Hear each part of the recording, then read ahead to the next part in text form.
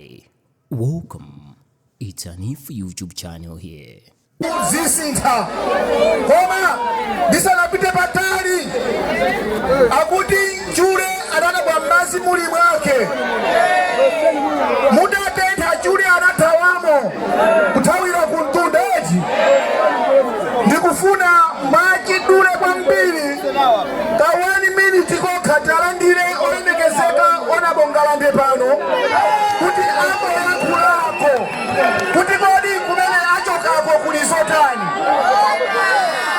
Apipi Sotikana ya Kulisa Kuti Godi Kupipi Kulisotani Komaso na PDP Tikana ya Kulisa Kuti Kulisotani Koma Mwonseo Atawa ya Kulia Chifajandawi Atawa ya Kulia Ndona Bongalande Pano Wana Ndipase Ngandawi ya Kabuti Mwapase Moni Atumuna Asiaja Ndiyamene wa Aonde Ninjalawa Ajama Dasiya Katatu Aja Atu Ndiyamene wa Atu Akukone Ninjala Wana Apase Nimoni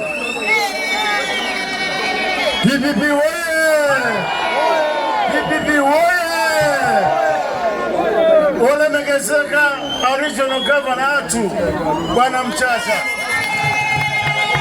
Mundilole chifukwa cha nthawi bwana sinditha kupita maulemu onse ndi nthawi yoti mulankhule maulemu okazikika ndilido kumene kwa meya deputy meya ndi onse akuluakulu achipani kubwera kwa ine pano sikuti ndifuna ndikulankhuleni koma chachikulu ndifuna kupepesa dziko la Malawi.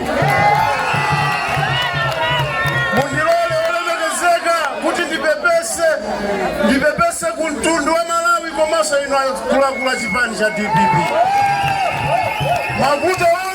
Mavuto onse amene akuchitika dziko lino tinayambisa ndife ndi Saulos Chilima.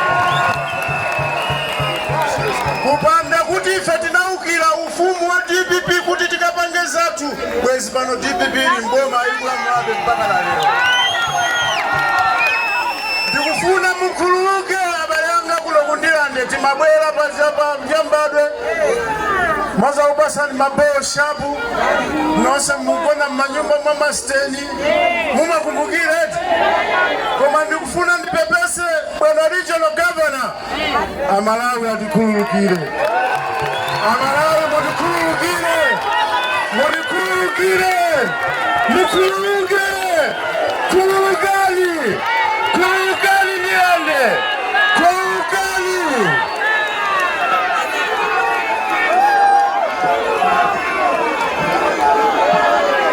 Tikuzunzisa mtundu wanthu ife ndamene tinali kusogolo kupangira kampeni za Chakwera. Tinathamanga ndi malamu Saulos Chilima dziko lonseli kuti Chakwera akhale pa mpando lero pando nali. Mukumbukira inu tinaenda kuchokera kunyambadwe njira yonseyi mpaka nokafika kugwacha. Tikusakasaka voti ya Dr. Lazarus Chakwera. Ndi munthu oyipa kwambiri kumene kuli mzimu wa Chilima uziusamo mtendere. Anagwira ntchito mwana wa munthu anampanga nzeche kumupasa mpando mapeto acho kwamupha kuchiyangawa. Ndimafuna regional governor ndipemphe tisipani tina timeta salati ngati UDM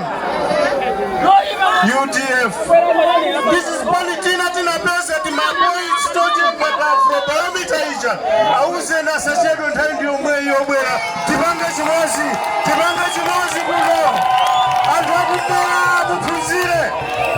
akumwera muphunzire mapresident sakhala folo nthawi imodzi amene muli olemekezeka mmakamba ndatu pere muluzi muze na abwere nthawi ndi yomwe amene mmakamba ndidaiso kabambe muze na abwere ndine yofuna kupanga chimozi amene mmakambirana ndi chihana muze na abwere tipange chimozi Amalawi tambala wapita uyu tambala akupita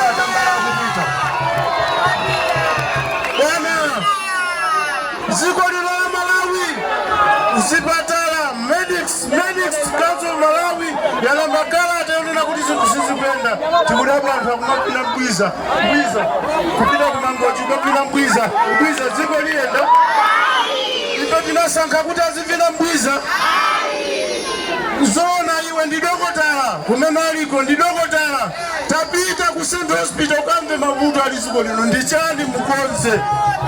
Lero sinafuna kuti ndilankhule zambiri koma ticheza ndikupasani ulemu alichonokapana chifukwa chondipasa 2 minutes.